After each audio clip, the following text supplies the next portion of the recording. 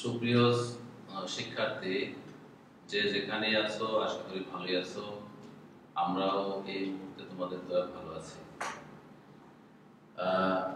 কিছুটা সময় বিলম্ব হয়ে গেছে, আমার ক্লাস যদি আগে ছিল, তবে তোমাদের জন্য সবার জন্য শুভকামনা রেখে শুরু করছি। সুপ্রিয় শিক্ষার্থী, আজকে আমাদের আলোচনার বিষয় হচ্ছে বিপরীত ত্রিকোণমিতিক ফাংশন ও ত্রিকোণমিতিক সমীকরণ। বিপরীত ত্রিকোণমিতিক ফাংশন ও ত্রিকোণমিতিক সমীকরণ, এই চ্যাপ্টারটা হচ্ছে ত্রিকোণমিতির অংশ। তোমরা ইতিমধ্যে গত ক্লাসে এই ত্রিকোণমিতির প্রথম চ্যাপ্টারটা অর্থাৎ বিপরীত ত্রিকোণমিতিক ফাংশন 7.1 এই চ্যাপ্টারটা থেকে তোমরা ক্লাস শেষ করেছো। আজকে আমাদের চ্যাপ্টার হচ্ছে ত্রিকোণমিতিক সমীকরণ। এটা হচ্ছে ত্রিকোণমিতিক এক্সারসাইজ, আমাদের বইয়ের 7.2 এর মধ্যে এটা আছে।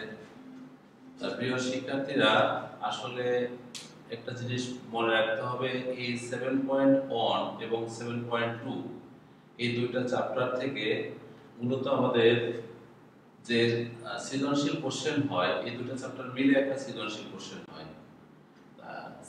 7.1 যেমন ইম্পর্টেন্ট, 7.2 ও তেমনি ইম্পর্টেন্ট। এই দুই চ্যাপ্টার মিলেই তুমি একটা কোশ্চেন অ্যানসার করতে পারবে দুটো কমপ্লিট করলে। তা আমাদের আজকের হচ্ছে ত্রিকোণমিতিক সমীকরণ। বিপরীত ফাংশন শেষ করেছো, এখন ত্রিকোণমিতিক সমীকরণ চ্যাপ্টার 7.1। আমি তোমাদের সাথে গত ক্লাসে বহুপদী এবং বহুপদী সমীকরণ নিয়ে আলোচনা করেছিলাম।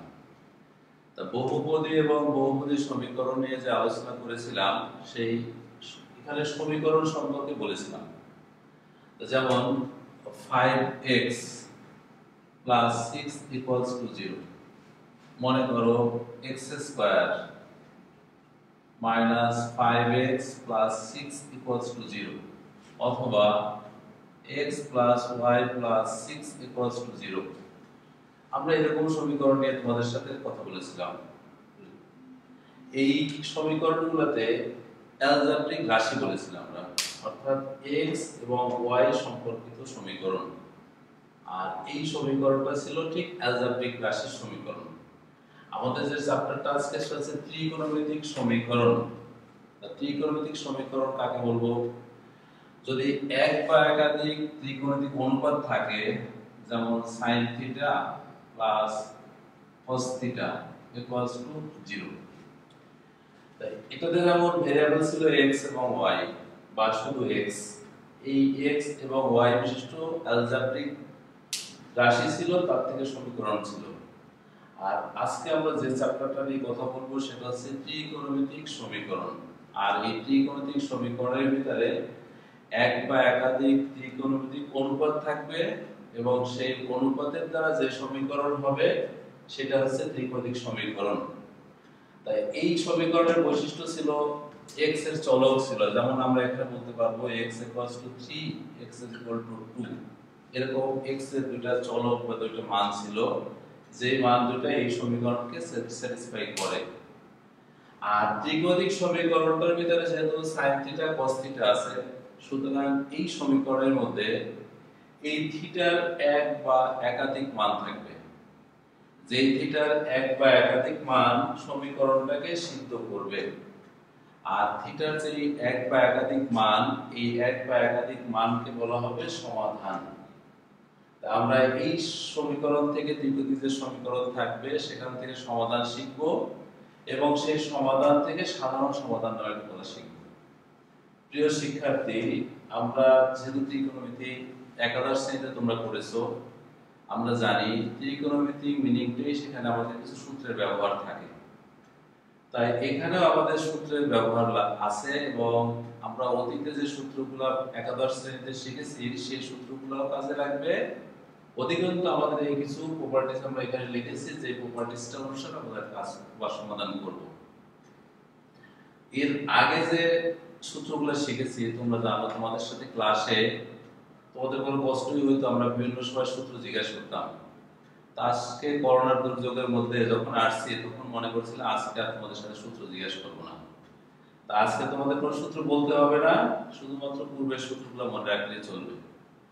আমরা এই সূত্রগুলো থেকে যেমন ত্রিকোণিক সমীকরণের মধ্যে থেকে যেমন ফার্স্ট একটা প্রপার্টিজ লিখেছিলাম, যেমন sin θ 0 হইলে এক নাম্বার আছে তোমাকে sin θ 0 হইলে θ n পাই। আর sin θ 0 হইলে θ n পাই এর অর্থ কি বা এটা কি মিনিং করে সেটা বুঝতে হবে। আমরা বলেছিলাম sin θ 0 হলে থিটার মানটা হবে n পাই যখন n belongs to z। n এর মানটা হচ্ছে যে কোনো পূর্ণ সংখ্যা।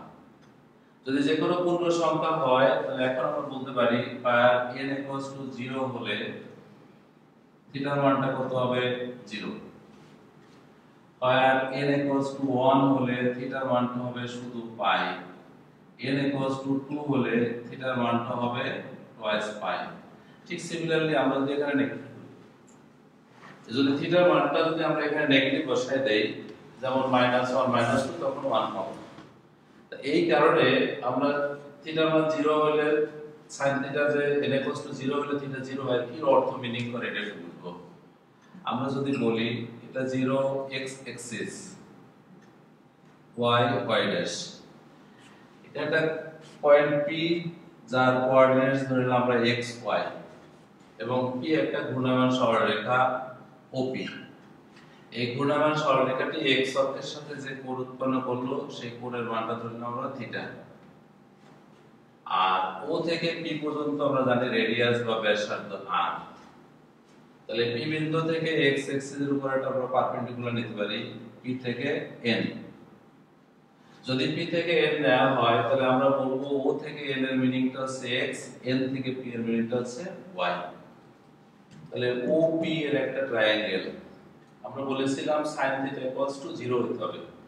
তাহলে এখান থেকে বলতে পারবো sin θ এই চিত্র অনুসারে OP এর ত্রিভুজ হইতে যদি আমরা বলি sin θ লম্ব P থেকে y লম্ব বাই অতিভুজ, অর্থাৎ sin θ লম্ব বাই অতিভুজ। যদি এটা থিটা হয় তাহলে n থেকে p পর্যন্ত এটা হলো লম্ব, o থেকে p অতিভুজ, তাহলে লম্ব বাই অতিভুজ। আমরা যেহেতু বলেছি sin θ মান হতে হবে 0। প্রিয় শিক্ষার্থী sin θ যদি y বাই x হয় এবং sin θ মান 0 হওয়ার শর্তই হলো হয় y 0 হতে হবে। বিকজ যদি y মানটা 0 হয় তাহলে আমরা বলতে পারবো sin θ 0 by r, that is 0। তো আমরা প্রথমে বলেছি sin θ মান 0 হতে হবে। তাহলে এই শর্ত থেকে sin θ মান 0 হওয়ার একটাই কন্ডিশন যে y এর মানটা 0। যদি y এর মান 0 বলি তো sin θ 0 হবে। তাহলে আমরা এই অক্ষের মধ্যে y 0 কি মিনিং করে, x অ্যাক্সিস কি মিনিং করে। এই x অক্ষরেখার উপরে y এর মানটা 0। তাহলে এই ঘূর্ণায়মান সরলরেখা OP সরলরেখাটার অবস্থান হবে x অক্ষের উপরে। তাহলে OP সরলরেখার অবস্থান যদি x অক্ষের পজিটিভ সাইডে আমরা ধরি তাহলে OP সরলরেখা x অক্ষের পজিটিভ ডিরেকশনের সাথে যে থিটা কোণ উৎপন্ন করবে কোণের মানটা হবে 0। সেজন্য আমরা বলা হয়েছে এর মান 0 হলে থিটা মান 0 হয়। প্রিয় শিক্ষার্থী যদি OP সরলরেখাটা ঘুরে x অক্ষের এই অবস্থানে থাকে তাহলে যে কোণের উৎপন্ন করবে কোণের মানটা হবে 180। সো এর মান 1 হলে আমরা বলছি থিটার মানটা পাই হবে। যদি এই পুরো সাইকেলটা ঘুরে আসে এখানে এসে পৌঁছায় OP সরলরেখা তাহলে কোণের মানটা হবে টুয়াইস পাই। তাই এর মান যখন পজিটিভ ধরবো তখন আমরা এই মানগুলো পাবো, নেগেটিভ ধরলে অ্যান্টি ক্লকওয়াইজ এই কোণের মানটা প্লাস মাইনাস নির্দেশ করে। তা আমরা এক নাম্বার শর্ত বা প্রপার্টিজ হিসেবে মনে রাখবো যে sin θ যখন 0 হবে তখন থিটার মানটা হবে n পাই এবং সকল ক্ষেত্রে where n belongs to z। আমরা এটা মাথায় রাখবো সকল ক্ষেত্রে n এর মানটা হবে belongs to z। তাহলে আমরা এক নাম্বার প্রপার্টিজটা শিখলাম যে sin θ 0 হলে থিটার মানটা হবে n পাই। আমরা যত সমাধান করব এই সমাধানগুলো করার ক্ষেত্রে আমাদের এই সূত্রটা কাজে লাগবে। এরপর সেকেন্ড প্রপার্টিজ লিখছিলাম cos θ 0। আমরা একটু পদে যাব।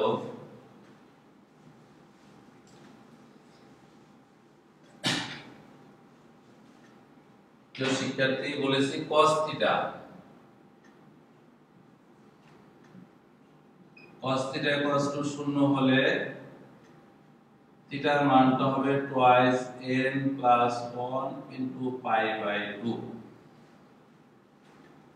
cos θ equals to 0 হলে θ equals to twice n plus 1 into pi by 2। আমরা OP এর একটা ত্রিভুজ নিয়েছিলাম। যদি আমরা বলি cos θ, cos θ এর সূত্র কি ভূমি-বায়ু ত্রিভুজ। সো এটা ভূমিগত আছে O থেকে N আর অতিভুজটা হচ্ছে O থেকে P।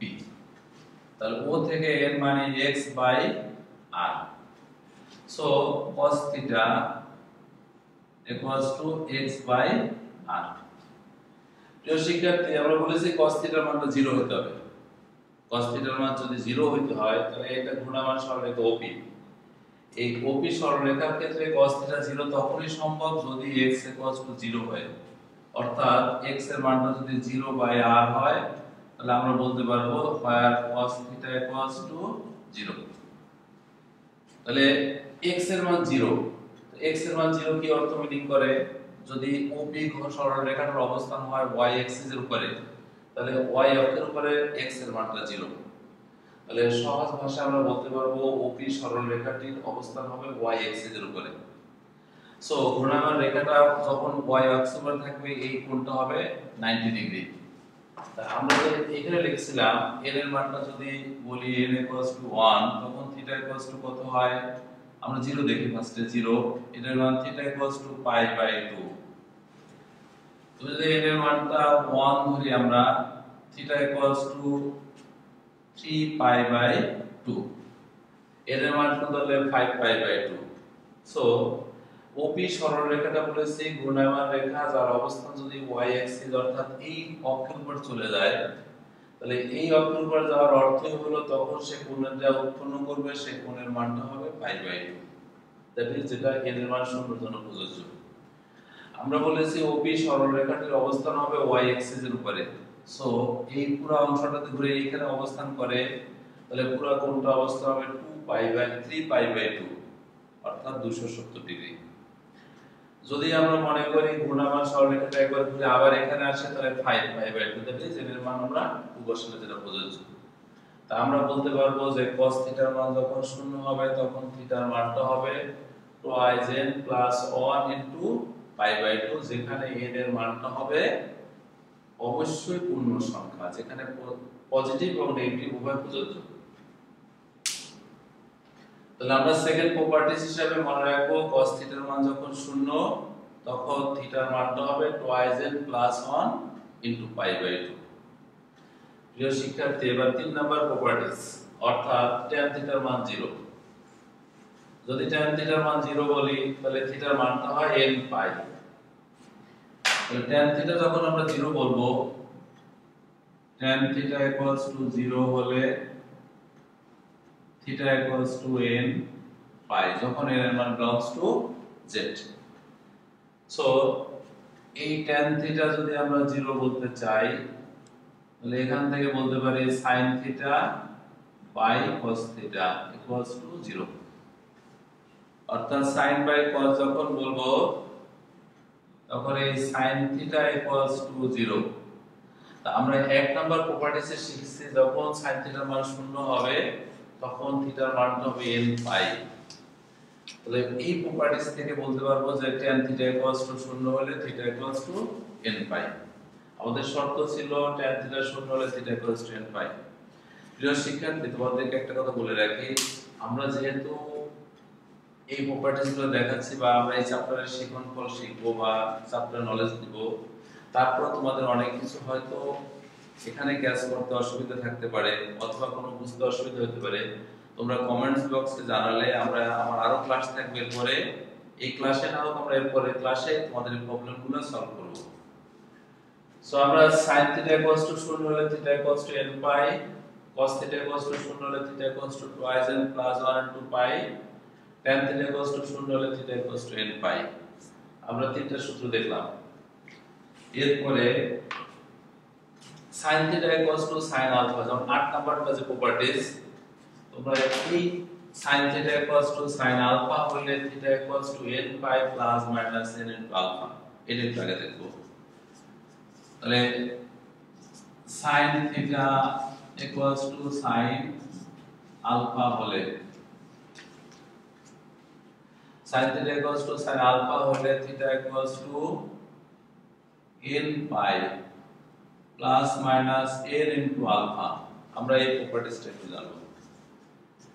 প্রিয় শিক্ষার্থী, sin theta equals to sin alpha, আমরা এখান থেকে বলতে পারি যখন n এর মানটা 0 বসাবো, তাহলে n এর মান 0 বসালে কত আসবে? আলফা। আমরা এটা একটু পড়ে আসি, আগে প্রপার্টি দেখে নিই। এখান থেকে বলতে পারবো sin theta equals to sin আলফা, বা এই sin theta minus sin alpha equals to 0। এবারে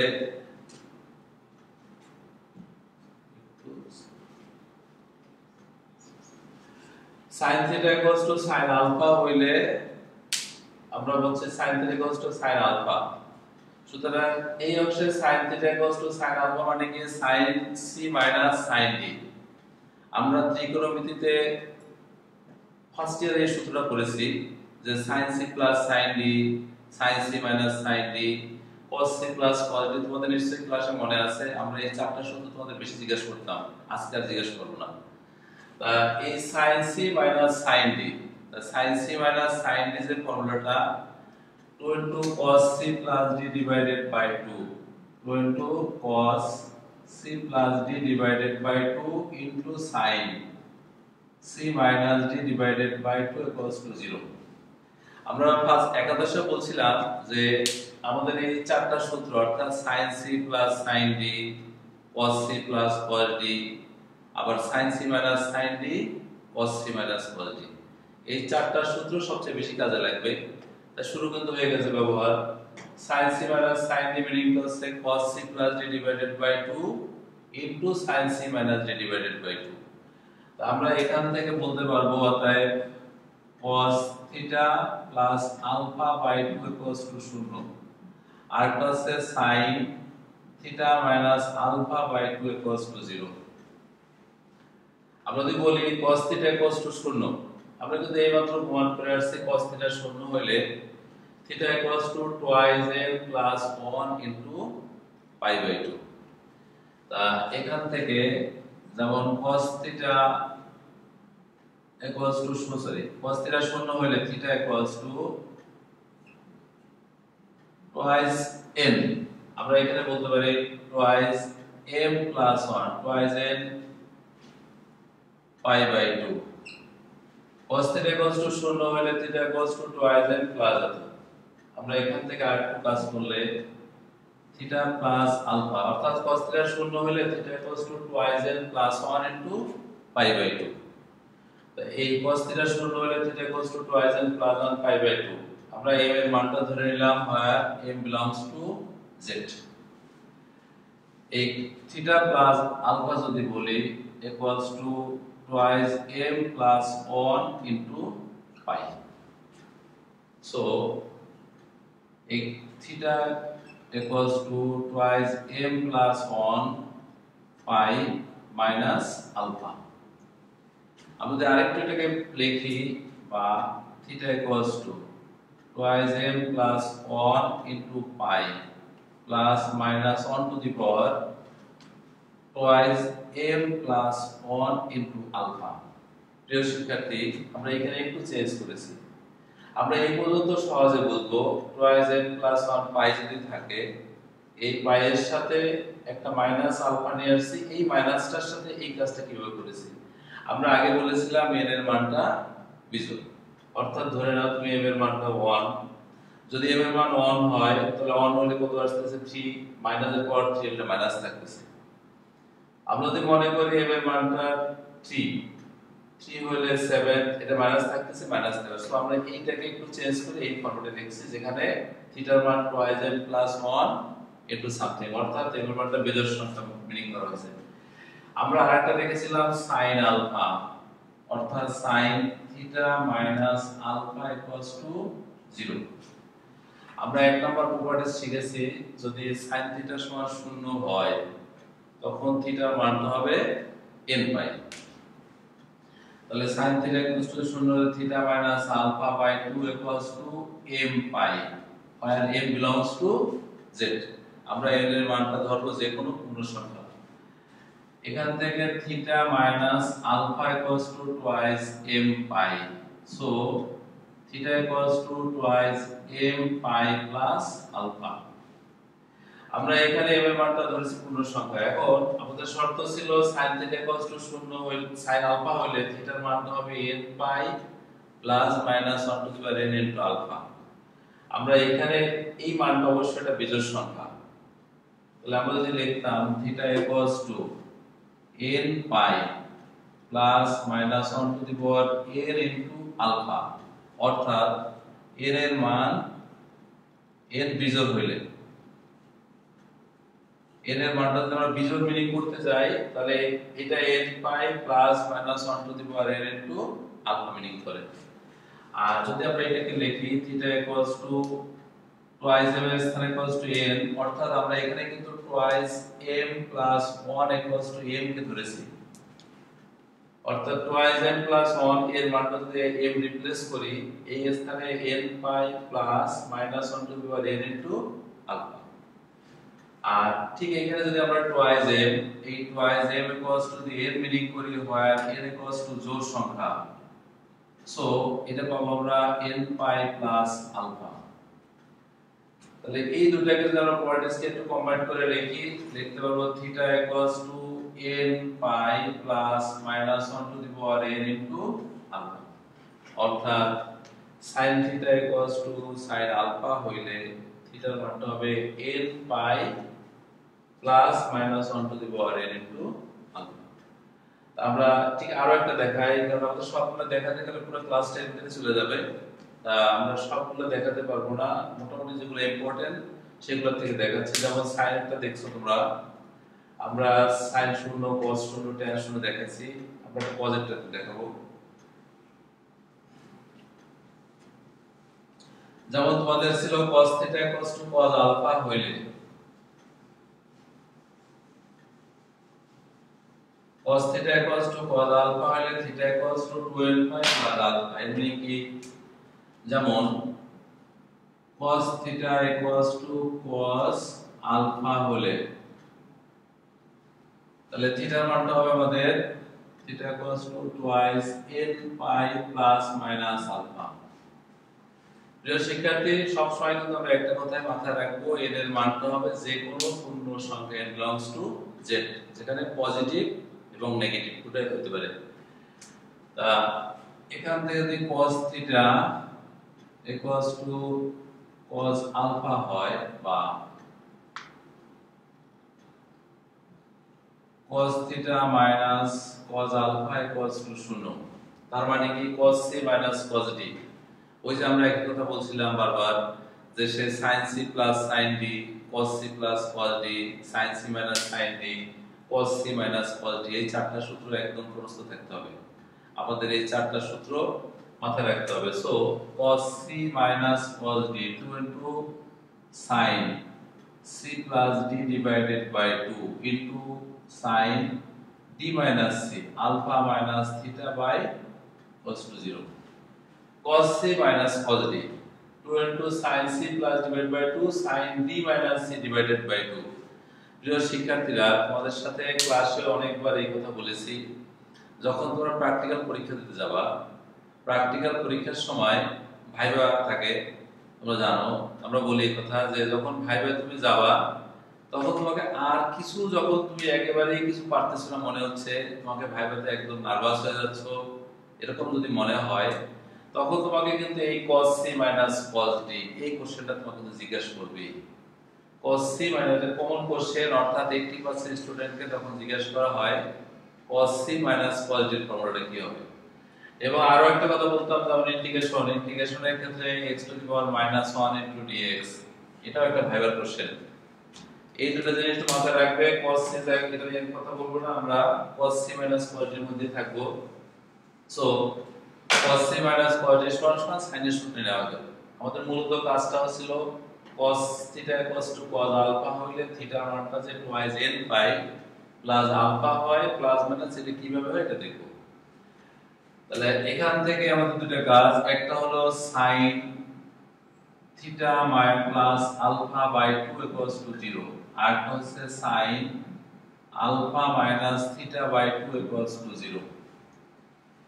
এখান থেকে যদি আমরা এটা sin এর মানটা কমন নেই, অর্থাৎ মাইনাস sin যদি তুমি কমন নাও, minus theta minus alpha by 2 equals to 0।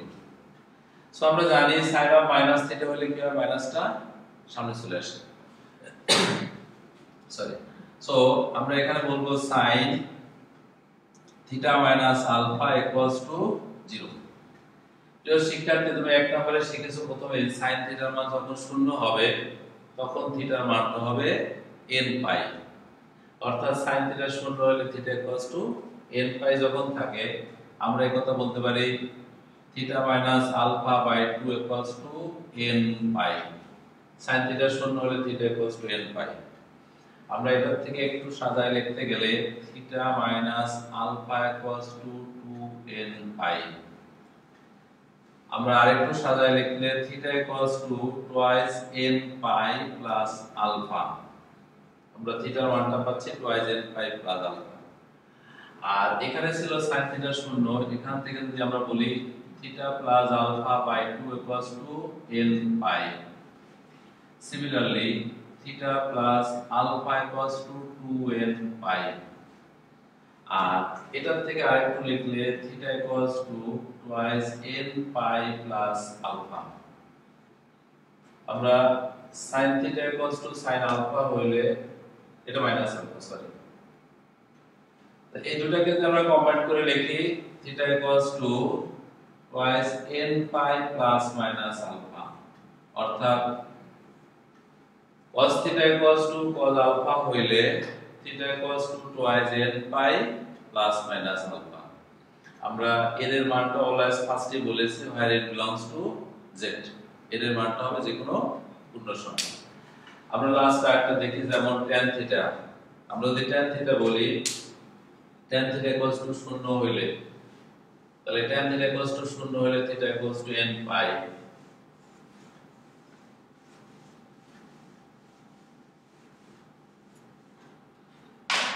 যেমন tan theta equals to tan alpha হইলে theta equals to n pi plus alpha. এটা আমাদের প্রপার্টি যে tan theta equals to tan alpha হইলে থিটার মানটা হবে n পাই প্লাস আলফা। যখন মনে রাখতে হবে এভরি ক্ষেত্রে যে n এর মান বিলংস টু z।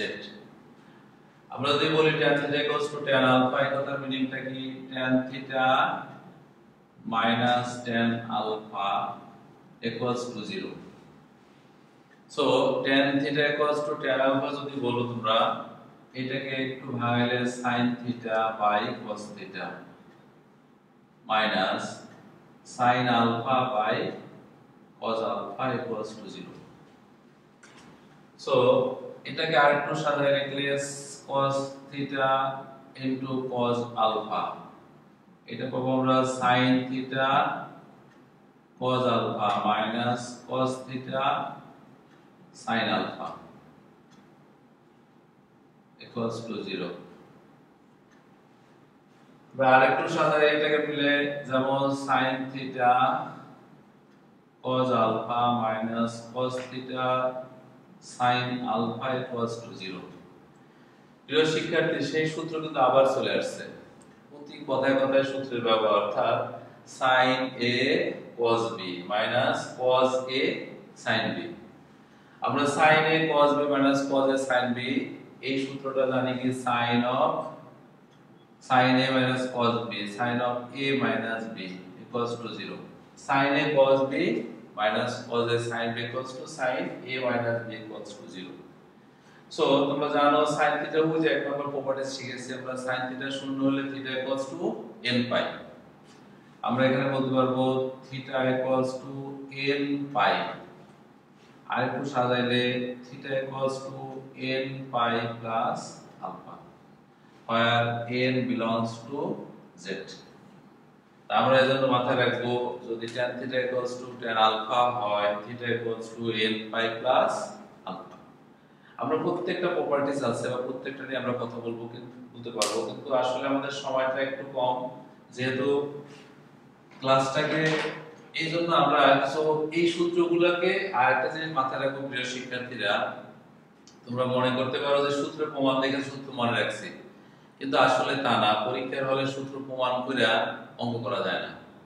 তাই এজন্য আমাদের যেটা করতে হবে, সূত্র প্রমাণ আমরা শিক্ষণ বলতে যেটা শিখেছি সেটা মাথায় রাখবো, একই সাথে এই প্রপার্টিজ গুলো অবশ্যই নলেজে থাকতে হবে। আমরা যদি এগুলো নলেজে না থাকে তাহলে আমরা এই সূত্রগুলো দিয়ে কোনো অঙ্ক করতে পারবো না। সুতরাং আমাদেরকে মাথায় রাখতে হবে যে sin θ = 0 হইলে আমরা এই 10টা সূত্র একদম মাথায় রাখবো। আজকে যদিও বলেছি সূত্র জিজ্ঞাসা করব না, সেজন্য আমরা জিজ্ঞাসা করব না, কিন্তু তোমাকে এই সূত্র অবশ্যই মাথায় রাখতে হবে তোমার নেক্সট এর জন্য। প্রিয় শিক্ষার্থী, আমরা এই 10টা সূত্র অনুসারে আমরা অঙ্কগুলো কিভাবে, মূলত কাজটা কি আমাদের এই চ্যাপ্টারে বা আমরা কি শিখবো এই চ্যাপ্টারে, আমরা বলেছিলাম যে একটা অ্যালজেব্রিক সমীকরণ যেমন x² - 5x + 6 = 0, এই সমীকরণের x এর দুইটা মান, একটা হচ্ছে 2 একটা হচ্ছে 3। এই 2 এবং 3 এই সমীকরণকে স্যাটিসফাই করে, অর্থাৎ এই সমীকরণের মান x এর মান 2 বসাইলেও সিদ্ধ হবে, 3 বসাইলেও সিদ্ধ হবে। তাহলে আমরা এই সমীকরণটা থেকে, অ্যালজেব্রিক সমীকরণ থেকে সমাধান করতে পেরেছি এই সমাধানটা 2 এবং 3। প্রিয় শিক্ষার্থী, এখন আমাদের এই চ্যাপ্টারের কাজটা কি? এই চ্যাপ্টারে ত্রিকোণমিতিক অনুপাত থাকবে, যেখানে ত্রিকোণমিতিক সমীকরণ থাকবে এবং সেই এক বা একাধিক যে ত্রিকোণমিতিক অনুপাতের যে সমীকরণ বা অনুপাত দ্বারা যে সমীকরণ হবে, সেই সমীকরণ থেকে এই থিটার মান বের করব আমরা। এই থিটার মান বের হবে, যে এই থিটার মানগুলা সেই সমীকরণকে সিদ্ধ বা স্যাটিসফাই করে, এবং সেই থিটার যে মানগুলো আমরা বের করব সেই মানগুলো হচ্ছে এই সমীকরণের সমাধান। তা আমরা একটা জিনিস মাথায় রাখবো, এবারে দুই একটা সমীকরণ থেকে একটু কিছু শিখে আগে তারপরে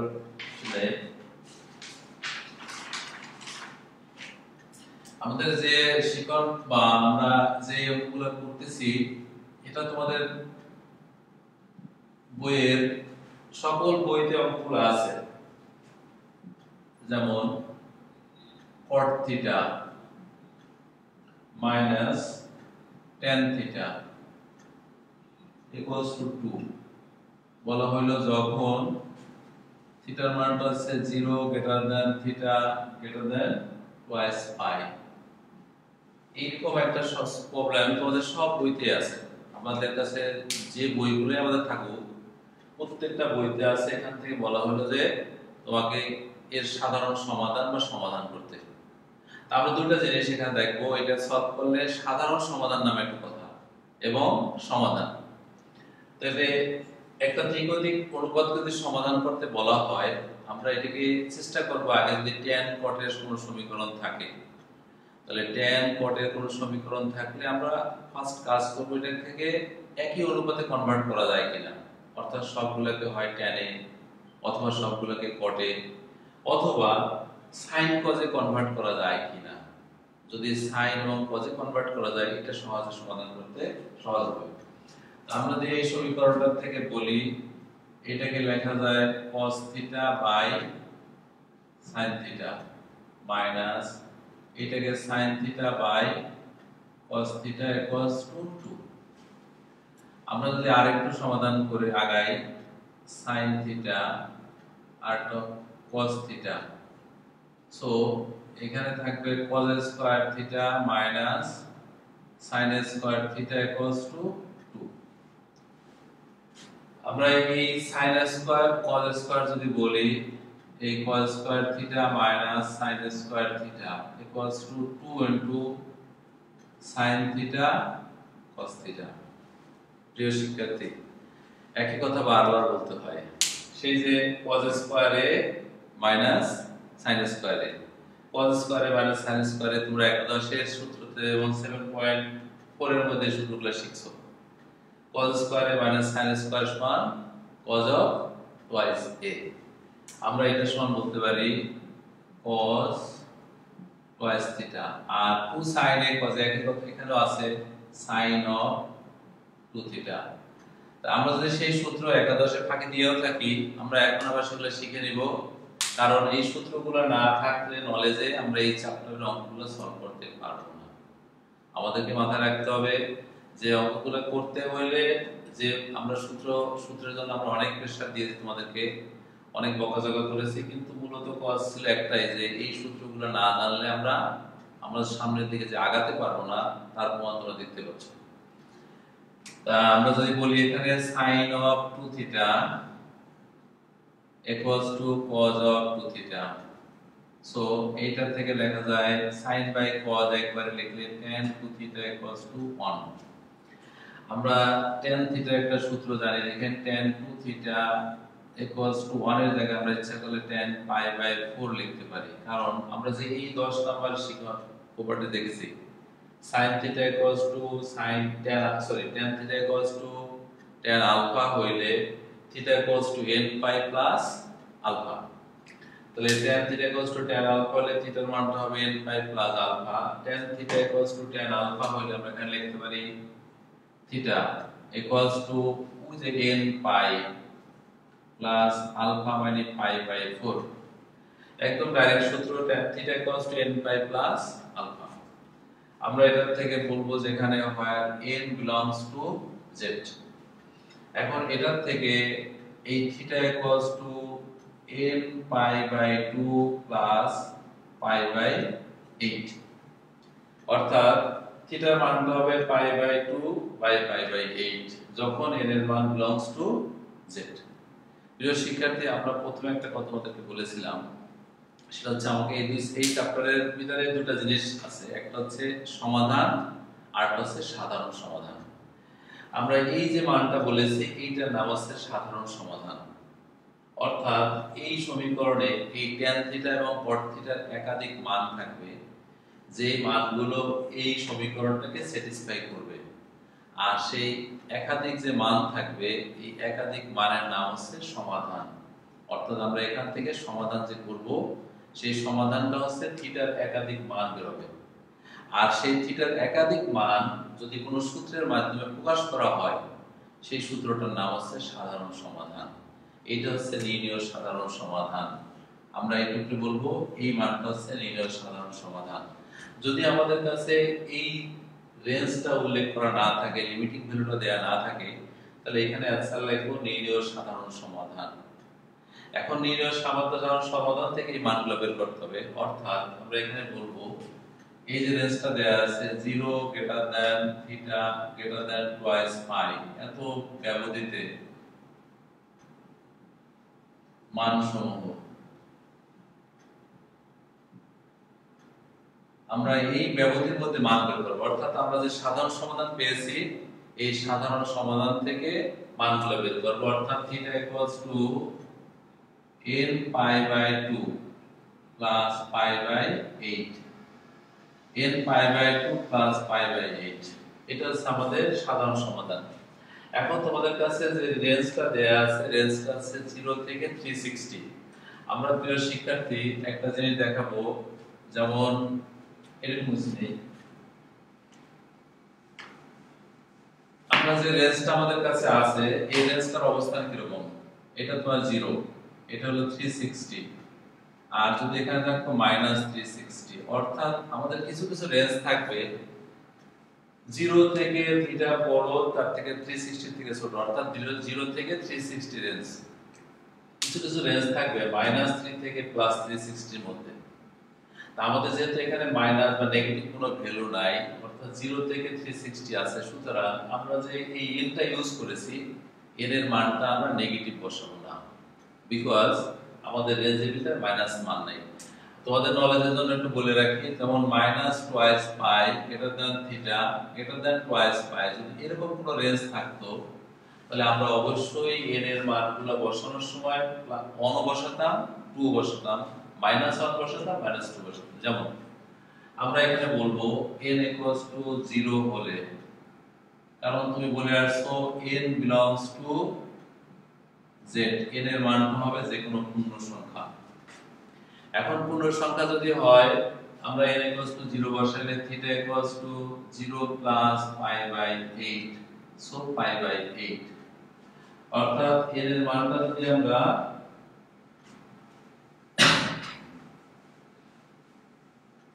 0 বসাই তাহলে থিটার মানটা হবে π/8। এখন তুমি n এর মানটা বসাইতে পারো n 1 হলে থিটা 2, যেমন 1 বসালে এখানে কত পাবো π/2 প্লাস π/8। তুমি যেখানে n এর মানটা 1 বসাও π/2 প্লাস π/8।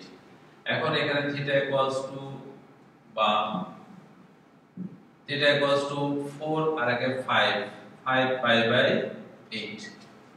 আমরা যদি n এর মানটা বসাই n 2 থিটা n এর মান 2 বসাইলে এখানে কত থাকে পাই প্লাস π/8 বা থিটা 9 π/8।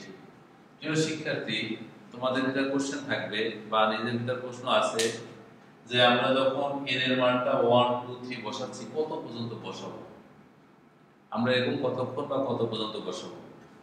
আমাদের শর্ত হচ্ছে যে রেঞ্জটা দেয়া আছে 0 থেকে 360, অর্থাৎ টুয়াইস পাই পর্যন্ত যতক্ষণে না আসবে ততক্ষণ আমরা n এর মান 1 2 3 4 5 বসাতে থাকব। যেমন n এর মান 1 বসানোর পর পাইছি 5 π/8, n এর মান 2 বসানোর পরে পাওয়া গেল 9 π/8। এখন একটা জিনিস মাথায় রাখো, এখানে n এর মান যদি 9 π/8 আসে, এখন আমাকে রেঞ্জ ছিল টুয়াইস পাই পর্যন্ত, সর্বোচ্চ আমি টুয়াইস পাই পর্যন্ত মান নিতে পারবো। তার মানে কি তোমার যদি এখানে উপরে যদি 16 π/8 থাকে, অর্থাৎ নিচে হরে ছিল যেহেতু 8, সুতরাং আমি 9 পাই না, এখানে 16 পাই পর্যন্ত আমি যেতে পারবো। অর্থাৎ তোমাদের এই যে মানগুলো আসবে সেই মানগুলো যদি 16 পাই পর্যন্ত থাকে, যতক্ষণ পর্যন্ত 16 না হবে ততক্ষণ পর্যন্ত তুমি মান বসাবে।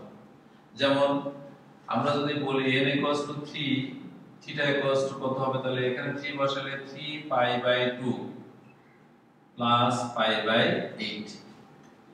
সো এটাকে ক্যালকুলেশন করলে থিটা 4 12 13 π/8। এখন তোমার দেখো আমি বলেছিলাম নিচে যেটা 8 আছে, আমি যদি টুয়াইস পাই পেতে চাই তাহলে অবশ্যই আমাকে উপরে 16 পর্যন্ত আমি যেতে পারবো। আমার কিন্তু 13 π/8 আছে, সুতরাং এটা টুয়াইস পাই হয় নাই, অর্থাৎ আমি n এর মান 3 বসাইলে আমি এখন পর্যন্ত আমার লিমিট রেঞ্জের বাইরে যাইনি। এখন আরেকটা যেমন n এর মান যদি আমরা 4 বসাই n 4 থিটা কত আসবে, এটা 4 বসালে টুয়াইস পাই প্লাস π/8 বা দেখো থিটা কত আসছে 17 π/8। যেটা বলেছিলাম তোমাদেরকে নিচে 8 থাকার কারণে উপরে যে 16 আসে সেটা হবে টুয়াইস পাই, কিন্তু আমার অলরেডি 17 এসে গেছে, সুতরাং এটা রেঞ্জের বাইরে চলে গেছে। অর্থাৎ n এর মান যদি আমরা 4 বসাই তাহলে এই যে মানটা পাবো সেই মানটা লিমিটেড রেঞ্জের বাইরে চলে যাবে। এখন আমাকে যেহেতু টুয়াইস পাই এর উপরে যাওয়া যাবে না, এই মানটা টুয়াইস পাই এর উপরে চলে গেছে, সুতরাং এটা কেন হলো n এর মান 4 এর জন্য। সো আমরা আর 5 বসানোর কোনো প্রয়োজন নাই। প্রিয় শিক্ষার্থী, তোমরা যদি কেউ বুঝো যে আমি 13 বসাইছি 3 এর জন্য, 4 এর জন্য আবার 17 হয়ে যাবে, সুতরাং আমারটা না বসাইলেও চলতো। বাট তুমি যদি মনে করো যে আমি এটা বসাইলে দোষ নেই, এখন আমার এই রেঞ্জের ভিতরে 0 পর্যন্ত আছে লিমিট, লোয়ার লিমিট। সো আমি এই কারণে n এর মানটা -1 -2 -3 বসাবো না। যদি আমি -1 -2 -3 বসাইতাম তাহলে আমাকে মানগুলো সব নেগেটিভ পাবো, যেহেতু আমার কাছে নেগেটিভ রেঞ্জ নাই এজন্য বসানোর দরকার নাই। তাহলে তুমি এর आंसरটা কিভাবে লিখবা? তোমার आंसरটা হবে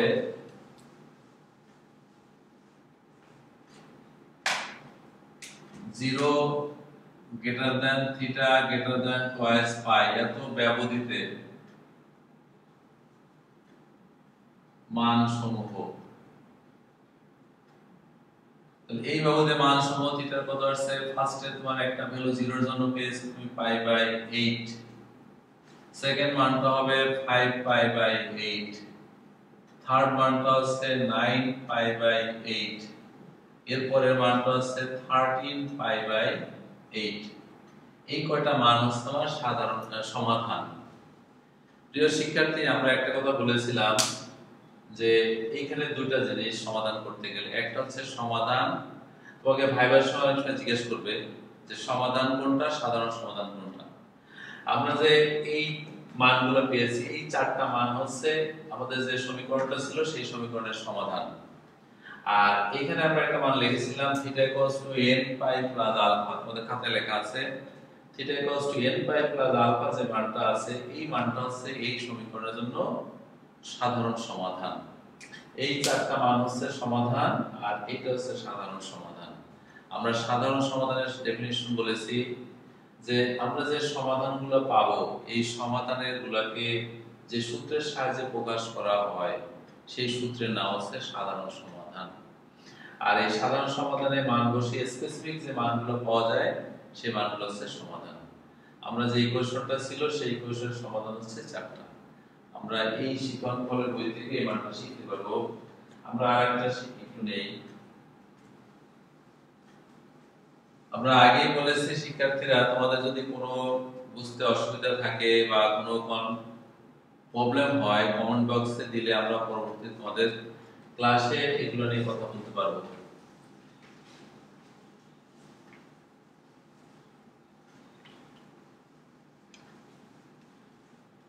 আমরা আরেকটা সমস্যা সমাধান নেই, যেমন আমি মনে করি 2 নম্বরে cos x plus root over 3 into sin x equals to root 2. cos x root 3 sin x root 2 আছে। এখন এই ক্লাস cos x যদি বলে root 3 sin x equals to root 2, আমাকে এই সমীকরণিক সমীকরণটায় cos একটা অনুপাত আছে, ত্রিকোণমিতিক sin একটা অনুপাত আছে। এই অনুপাতটা যে আকারে থাকে এই অনুপাতের অবস্থানটা হচ্ছে এরকম a cos θ plus b sin θ equals to c, এরকম একটা মান থাকবে। অর্থাৎ a cos θ b sin θ equals to c। যদি এরকম কোনো ত্রিকোণমিতিক অনুপাত থাকে যে অনুপাতের ভিতরে cos এর কোএফিসিয়েন্ট হচ্ছে a, sin এর কোএফিসিয়েন্ট হচ্ছে b, আমরা এই সমীকরণটা যদি থাকে তাহলে আমরা এরকম সমীকরণে সলভ করার প্রসেস হচ্ছে রুট ওভার cos এর কোএফিসিয়েন্টের স্কয়ার নিব, sin এর সহগের স্কয়ার নিব। sin এর স্কয়ার হচ্ছে b, cos এর স্কয়ার হচ্ছে a, এই দুইটাকে স্কয়ার করে রুট করলে আমরা একটা মান পাবো। আর যে মানটা পাবো সেই মানটা এই সমীকরণটাকে ভাগ করব।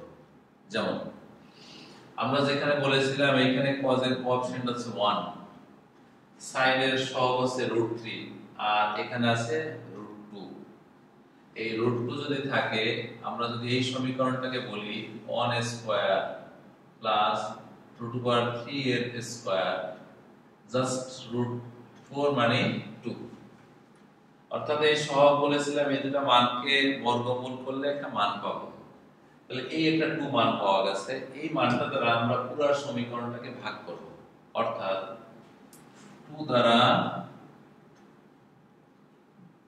ভাগ করে আমরা যদি 2 দ্বারা ভাগ করি তাহলে কি পাবো দেখ, cos x by 2 plus √3 by 2 into sin x equals to √2 by 2। অর্থাৎ cos x by 2 √3 by 2 sin x √2 by 2 সকল উভয় পক্ষে আমরা 2 দ্বারা ভাগ করে নিলাম। 2 দ্বারা ভাগ করলে কি পাবো, এই cos x into half plus sin x into √3 by 2 equals to 1 by √2। আমরা উভয় পক্ষে যদি √2 দ্বারা ভাগ করি তাহলে একটা মান পাবো। আর যদি এই মানটা পাওয়া যায় আমরা এখানে বলতে পারি যেমন cos x এই হাফের একটা মান আছে, যেমন cos pi by 3 অর্থাৎ cos 60 এর মান হাফ। এরপরে প্লাস এখানে একটা sin x into sin pi by 3 equals to 1 by √2। আমরা 1 by √2 মানটা কেন বসাইনি, যেহেতু এখানে আগে সূত্র নিব তারপর বসালে ভালো হয়। তাহলে এখান থেকে সেই একই সূত্র cos a cos b plus sin a sin b। তাহলে cos a cos b এর মানটা হচ্ছে cos of a minus b অর্থাৎ cos a cos b plus sin a sin b, তার মানে কি cos of a minus b equals to, যেহেতু আমরা বাম দিকে cos এর সূত্র নিয়েছি সেহেতু এই মানটা cos পাই বাই 4 এ কনভার্ট করব। অর্থাৎ ওর কাছে দুইটা জিনিস মাথায় রাখবা, যদি এই মানটা sin এ হতো আমরা 1/√2 মান sin এ বসাতে পারতাম। যদি এই সূত্রটা cos এ যাওয়ার কারণে আমরা cos এর সূত্রে কনভার্ট করেছি, তাহলে আমরা জানি cos θ cos আলফা, অর্থাৎ 9 নম্বর যে ফর্মুলাটা শিখেছো, cos θ cos আলফা হইলে θ twice n pi plus minus alpha, cos θ cos alpha হইলে θ θ বলতে x minus pi by 3, θ twice n pi 2n pi plus minus alpha, alpha মানে pi by 4. So x equals to twice n pi plus minus pi by 4 plus pi by 3. এখানে দুটো মান, একটা plus এর জন্য একটা মাইনাস এর জন্য। আমরা কিন্তু এই কথা অবশ্যই বলবো where n belongs to z। এখানে যদি একটু সলভ করো x equals to প্লাস নিলে তাহলে twice n pi plus pi by 4 plus pi by 3, আমরা x equals to twice n pi যোগ করলে এখানে 12 3 আর 4 that is 7 pi, so x is equal to twice n pi plus pi by something, অর্থাৎ n এর মানটা যখন আমরা plus নিব এটা একটা সাধারণ সমাধান। এরপরে যখন তুমি মাইনাস নিবা, মাইনাস নিলে কি আসছে x equals to twice n pi minus pi by 4 plus pi by 3, তাহলে এটা থেকে একটু সলভ করলে x equals to twice n pi লসাগু হচ্ছে 12 প্লাস হবে 12 pi by 2, অর্থাৎ 3 4 right plus pi by something, তাহলে where n belongs to z। তাহলে এই সমীকরণের ভিতরে কোনো রেঞ্জ দেয়া ছিল না। যে শিক্ষার্থী যখন এখানে কোনো রেঞ্জ দেয়া নাই তখন আমরা নির্ণয় সাধারণ সমাধান লিখব। সাধারণ সমাধান কত হবে, x equals to twice n pi plus 7 pi by 12 একটা, আর একটা x equals to twice n pi plus pi by 12 একটা, এই দুটো হচ্ছে তোমার সাধারণ সমাধান। প্রিয় শিক্ষার্থী, দুটো জিনিস, আমাদের যখন একটা রেঞ্জ দেয়া থাকবে তখন আমরা এখানে n এর স্পেসিফিক মান বসাবো, আর যদি রেঞ্জ দেয়া না থাকে তখন এই পর্যন্ত সাধারণ সমাধান, এটাই তোমার आंसर। তাহলে আমরা এই সাধারণ সমাধান করব। আমাদের টাইমটা আসলে একটু কমে গেছে, আমরা আরেকটা ছোট সমাধান করতে পারি কিনা। প্রিয় শিক্ষার্থী, আমরা আরো কিছু ক্লাস থাকবে বা চলবে ক্লাস, তোমরা যদি কোনো চ্যাপ্টার মনে হয় যে ডাবল ক্লাস দরকার অথবা কোনো চ্যাপ্টারে মনে হয় এই ক্লাসটাকে রিপিট করা দরকার, তাহলে তোমরা কমেন্টসে লিখলে আমরা সেই ক্লাসগুলো চেষ্টা করব পুনরায় আবার রিপিট করতে। আমরা একটু সামনে আগাই, বা তোমরা একটু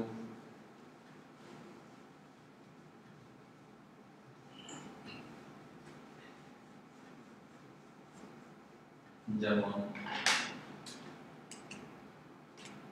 3 মনে করো cos x বা cos θ plus cos of 3θ plus cos of 5θ plus cos of 7θ equals to 0। তোমাদের বইয়ের মধ্যে প্রশ্ন আছে যেখানে 0 greater than θ greater than pi, এই রেঞ্জের মধ্যে সমস্যা সলভ করতে বলা আছে। প্রিয় শিক্ষার্থী, আমরা যে সেই সূত্রের ব্যবহার প্রতি পদে পদে, যেমন এটা আছে cos a, আমরা জানি cos c plus cos d সূত্র আছে, cos c minus cos d, যেমন আজকে অনেকবার এই সূত্রগুলো ব্যবহার হয়েছে। আমরা দুই কথা বলি, cos 7 θ plus cos θ, আমরা এই দুটোকে এক জায়গায় নিলাম, প্লাস cos 5θ plus cos 3θ, এই দুটোকে এক জায়গায় নিলাম equals to 0। তার মানে কি আমাদের কোশ্চেন হলো এখানে cos c plus cos d এই সূত্রে নিব, so cos c plus cos d যদি সূত্র নিতে হয় তাহলে আমরা সূত্রটার মধ্যে কি আছে cos c plus d divided by 2 R cos c minus d divided by 2। যেহেতু এইটা থেকে বিয়োগ করতে হবে এজন্য আমরা সব সময় বড় মানটাকে c ধরতে বলতাম, ছোটটাকে d ধরতাম। আর এই বড়টাকে d ধরলে সুবিধা, c ধরলে সুবিধা হচ্ছে তোমাকে একটা লাইন কম করতে হয়। তাহলে cos c plus cos d 2 into cos c plus d divided by 2 into cos c minus d, তার মানে c minus d divided by 2 আর একটা কি থাকে cos c plus cos d 2 into cos 5 theta plus 3 theta by 2 into cos 5 theta minus 3 theta divided by 2। এখন question হচ্ছে আমরা এটাকে কেন এরকম দিলাম, আমরা চেষ্টা করব একটা মান যেন কমন আসে। যেমন এই দুটো যোগ করলে থিটা অনুসারে 7 আর 8, এই 5 আর 3 থিটা যোগ করলে 8 আসে। আমরা এই পয়েন্ট হিসাব করে নেই যেন দুটো থেকে c এবং d সূত্র নেওয়ার পরে একটা যেন কমন আসে, সেই হিসাব করলে ভালো হয়। তাহলে এটা থেকে একটু সলভ করলে 2 ঠিক আছে cos 4 theta into cos 3 theta, আর এখানে থাকে plus 2 into cos of 4 theta আর cos of শুধু থিটা। আমরা যদি ইকুয়ালস টু 0 আছে, আমরা যদি কমন নেই 2 ঠিক আছে cos of 4 থিটা, কমন নিলে cos of 3 theta plus cos theta equals to 0। So এই cos 4 theta into cos c plus cos d, আবার সেই cos c plus cos d সূত্র। তাহলে cos c plus cos d সূত্র 2 into এটা একটা 2 ছিল 2 into cos c plus d divided by 2 3 theta plus theta into cos c minus d 3 theta minus theta by 2 equals to 0। অর্থাৎ এটা যোগ করলে 3 theta থেকে এটা বিয়োগ করছি, আমরা এখান থেকে পুরোটাকে লিখলাম cos 4 theta cos of 2 theta আর একটা আছে cos of theta equals to 0। তিনটা মান যদি অনুপাত শূন্য থাকে তাহলে আমরা বলতে পারি cos 4 theta equals to 0, cos 2 theta equals to 0 R cos theta equals to 0। যদি cos theta সমান শূন্য থাকে এটা থেকে বলা যায় cos of 4 theta। আমরা জানি cos theta equals to 0 হলে theta equals to 2i plus 1 pi by 2, তাহলে আমরা তিনটা আলাদা লিখব। So 4 theta equals to 2i plus 1 into pi by 2। এটা থেকে r2 সাজায় লিখলে theta equals to 2i plus 1 into pi by 8। আবার এই 2 theta equals to 2i plus 1 into pi by 2। দেখো এই সূত্র যদি আমরা না জানি তাহলে এখানে এসে আটকে থাকতে হবে, অর্থাৎ এরপরে আমরা নেক্সট সমাধান করতে পারবো না। এজন্য আমাদেরকে অবশ্যই এই সূত্র কষ্ট করে হলো একবার দুবার কয়েকবার দেখলে লিখলে ঠিক হয়ে যাবে। আমরা এই সূত্রগুলো অবশ্যই নিব। So theta equals to 2i প্লাস 1 into pi by 4 আর cos থিটা সমান 0 হলে থিটা ইকুয়ালস টু 2i প্লাস 1 into pi by 2। আমরা তিনটা সাধারণ সমাধান পেয়েছি, এটা একটা সাধারণ সমাধান, এটা একটা সাধারণ সমাধান, এটা একটা সাধারণ সমাধান।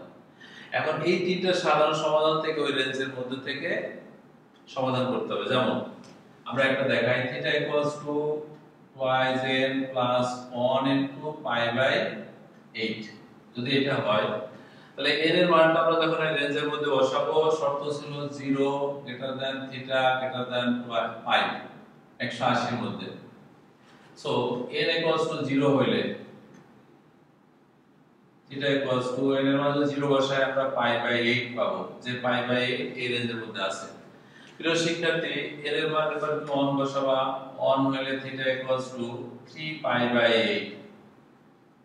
এখন আমরা আগে বলেছিলাম তুমি কত পর্যন্ত মান বসাবা, যেমন আমাকে পাই পর্যন্ত পেতে হবে, নিচে আছে 8, তার মানে উপরে 8 পর্যন্ত যেতে পারবো। সো 3 আর 7 মানে আরো 2-3 বসানোর সুযোগ আছে। n ইকুয়ালস টু 2 হলে theta equals to 4 5 pi by 8। n equals to 3 হলে theta equals to 7 pi by 8। আমরা দেখতে পাচ্ছি এটা প্রায় কাছাকাছি চলে গেছে, অর্থাৎ 3 এর জন্য হয়ে গেছে, 4 না বসালে চলবে। আর যদি বসাও দেখো theta equals to 9 pi by 8, এটা রেঞ্জের বাইরে চলে গেছে।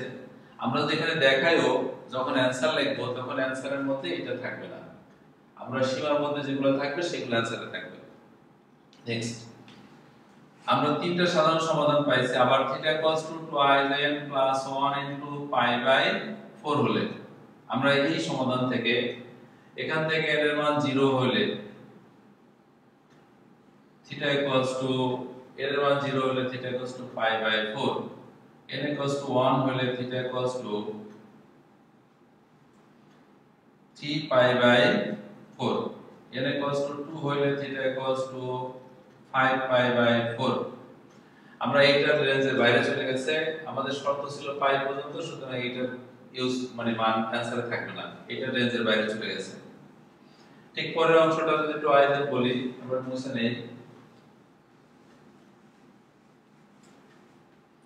Theta equals two twice n plus 1 into pi by 2, so n equals to 0 হলে theta equals to pi by 2, n equals to 1 হলে theta equals to 3 pi by 2।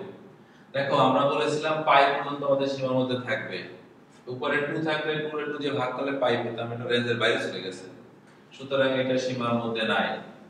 তো আমরা এবারে যে সীমার মধ্যে মান সমূহ পাবো, থিটা ইকুয়ালস টু কি কি পাবো, ফার্স্টে পাই বাই 8,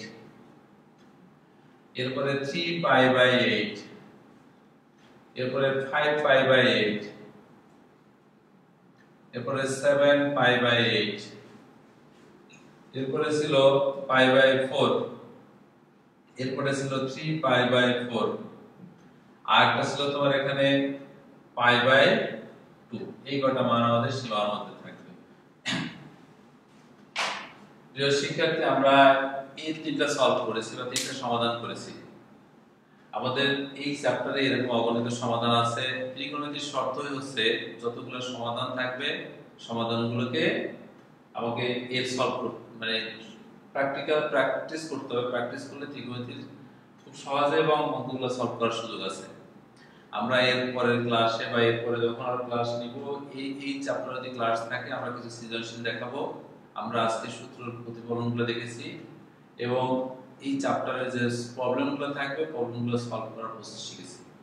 আমরা এরপরে এখান থেকে কিছু এমসিকিউ হোক, সিকিউ হোক বা এই জাতীয় কোনো প্রবলেম থাকলে আমরা তোমাদের কমেন্টসে যা আছে সেগুলো নিয়ে আমরা কথা বলবো এবং পরের ক্লাসে ইনশাআল্লাহ দেখা হবে আবার। সবাই ভালো থাকবে, সুস্থ থাকবে এবং সবাই নিরাপদে থাকবে, নিজ ঘরে থাকবে, বাইরে থাকবে না। কারণ এই মুহূর্তে প্রথম শর্তই হচ্ছে ভালো থাকা, বাসায় থাকা। সবাই বাসায় থাকবে, সবার জন্য শুভকামনা থাকবে। সবাইকে ধন্যবাদ যারা ক্লাসে ছিলে এবং ক্লাসটা যারা ফলো করেছে সবাইকে ধন্যবাদ।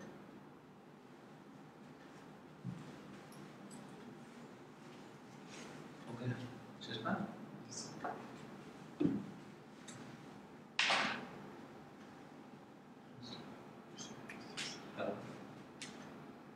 হ্যাঁ, এই শেষ হয়েছে।